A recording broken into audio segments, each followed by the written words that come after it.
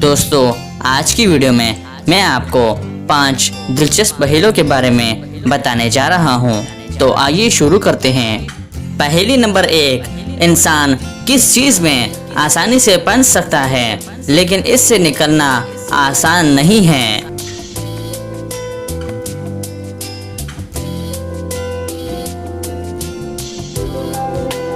इसका सही जवाब है मुश्किल वक्त, जिसमें इंसान आसानी से पनप सकता है लेकिन इससे निकलना आसान नहीं है।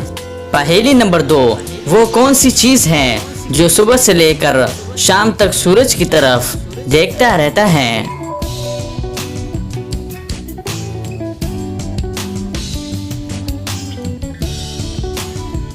सही जवाब है सूरजमुखी का फूल। पहेली नंबर 3, वो कौन सी जगह है जहां जाने के बाद हर कोई पछताता है?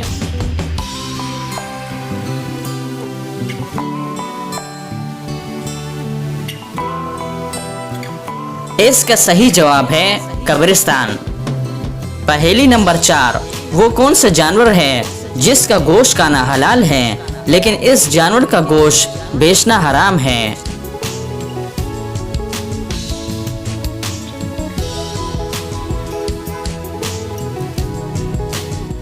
सही जवाब है कुर्बानी का जानवर। पहेली नंबर 5, अमजद और असलम 2 दोस्त हैं। एक दिन अमजद की मुर्गी ने असलम के घर जाकर अंडा दे दिया। आप बताइए अंडा किसका हुआ?